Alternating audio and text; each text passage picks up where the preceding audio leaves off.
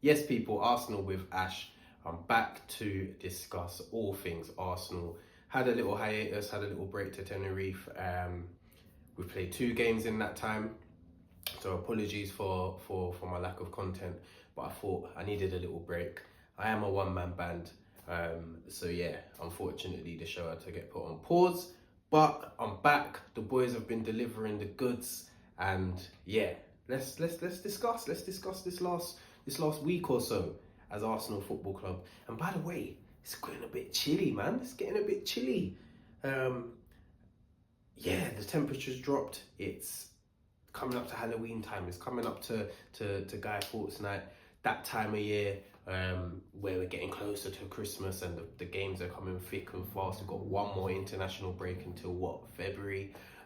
So yeah, we're getting into the teeth of the season. Getting our teeth into the season, sorry, and things are happening. But yeah, it's all positive. It's all positive. What a month the football club has had. What a month. We've won every single game, 6 games, scored bundles of goals. I think we scored 12 goals, which is average of 2 in each game, and not conceded one. Not conceded one goal, which I believe is an English top flight record. And yeah, we are just looking so formidable at the moment. We have overcome some seriously tough challenges, yeah, and in years gone by, teams that have caused us many an issue. So you can go back to a West Ham who caused us issues in last season. They beat us. I think they beat us in the last 2 seasons at the Emirates. Newcastle have beaten us in the last couple of years at their place.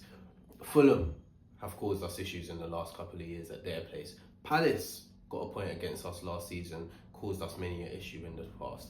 And then even Brighton, their own Twitter account posted their wins at the Emirates, and one of them included the Carabao Cup where we made changes. So yeah, that was another hurdle overcome. I'm just so delighted with the boys. The squad has been used and stretched to its fullest, but the players have come in and done really well. So big up the boys. The Palace game, I watched that when I was out in Tenerife, and oh my god, it was so boring. Such a boring game, and you know what? I expected it. Palace are a top team. Glasner has got them playing. Their structure is elite, and against the big teams, their structure is perfect.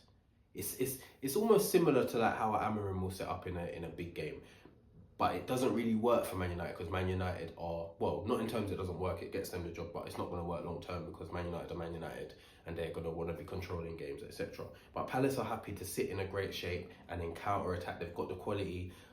Through the wing backs in Mitchell and Munoz, Wharton's passing ability, and then the front three, they can be devastating, you know, they really can. Obviously, Yerem Pino's new, but Mateta, big problem for all defences across the country. The same with Ismail Assar.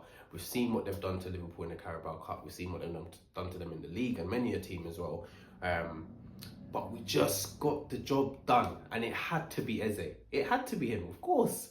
It was just written. He didn't even have a great game, but he arrived in the box at the perfect moment, and what a finish.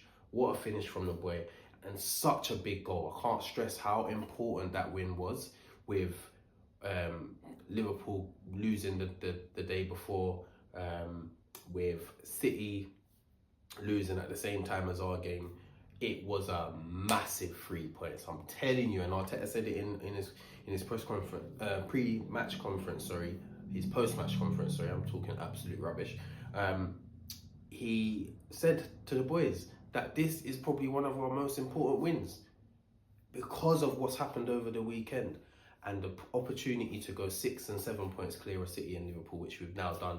And yeah, big up the boys, man, because it's a tough week going away to Fulham after the break, Atletico Madrid at home in the Champions League, and then Palace at home. Tough. And then to go into the Carabao Cup and make 10 changes, yeah, on top of what's been a tough week, and them changes including 4 or 5 teenagers who started the game, and to beat a Brighton team. Yes, they made a couple of changes themselves, but a really good Brighton team. Hincapié making his first start, Kepa making only his second start, Ben White coming back from injury, Norgard with probably his second start as well. it was just so good from the boys, and obviously we got the young boys up top, Harmon and Anus. I think I've said that right. And then obviously Max Dowman on the right. We just managed to get the job done, and it was a brilliant goal from Ethan. So well worked. Marino in that build up, Miles Lewis-Skelly as well. Ethan, who I thought was a bit off it, is passing, and I really need him to take his chances when he gets them, because when Odegaard comes back, I can't see where he even gets a sniff, honestly. So he needs to definitely take those chances, and that goal will help him a lot with his confidence. And then obviously Saka coming off the bench to get the second was really nice. I really wanted the young boy to score, but he was unlucky. It was a good save from the keeper. But yeah, so we move on to another game against Palace in the quarterfinals of the Carabao Cup. We played them in the same stage last season, I believe it was. We managed to win that game 3-2, I think it was. Jesus got a hat trick that night, and Eddie came off the bench for them and scored as well. So yeah, it's going to be a tough game, but we back ourselves to hopefully make it to the semi-final again, and this time go a bit further, similarly to the Champions League and our targets there. But yeah, the boys have done really well. We've capitalised on Liverpool and City dropping points, and the next two games are huge. They are massive. We play against Burnley away and Sunderland away, and on paper, those games, you look at them and that's where you get 6 points. No doubt about it. Yes, it's going to be tough. Burnley have started the season well, but they've shipped quite a lot of goals. Sunderland have started the season really well, and that's now going to be a really tough game. They're up in, I think, third or fourth. They're in the top four for sure.